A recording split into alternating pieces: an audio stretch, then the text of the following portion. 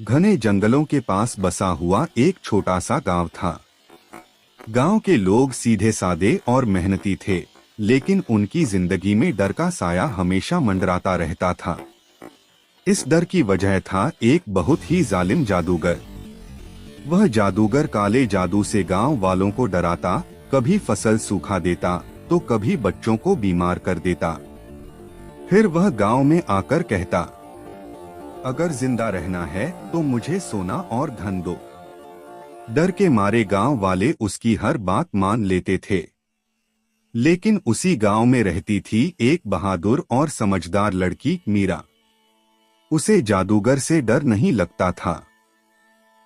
उसे यकीन था कि हर बुराई का कोई न कोई अंत जरूर होता है। एक दिन मीरा को गांव के बुजुर्ग से एक रहस्य पता चला। बुजुर्ग ने धीमी आवाज में कहा, बेटी, उस जादूगर की जान उसके शरीर में नहीं है। उसकी आत्मा एक तोते में बंद है, जो जंगल की एक गहरी गुफा में रहता है।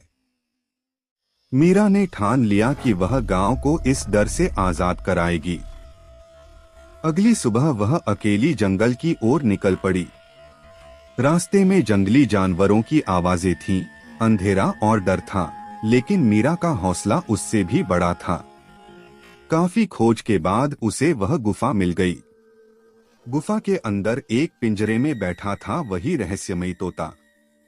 उसकी आंखें चमक रही थीं, जैसे वह सब कुछ जानता हो। तभी अचानक जादूगर प्रकट हुआ और जोर से हंसते हुए बोला, कोई मुझे नहीं मार सकता। मीरा ने हिम्मत दिखाते हुए गुफा के अंदर रखे पवित्र दीपक से तोते के पिंजरे को छू दिया। तेज रोशनी फैल गई, तोता चीखा और उसी पल जादूगर जमीन पर गिर पड़ा। जैसे ही तोते की आत्मा नष्ट हुई, जादूगर भी हमेशा के लिए खत्म हो गया। मीरा गांव लौटी तो पूरे गांव में खुशी की लहर दौड़ गई। लोग रो रहे थे, हंस रहे थे और मीरा को धन्यवाद दे रहे थे। उस दिन के बाद गांव में फिर कभी डर नहीं लौटा और मीरा बन गई उस गांव की सच्ची नायिका।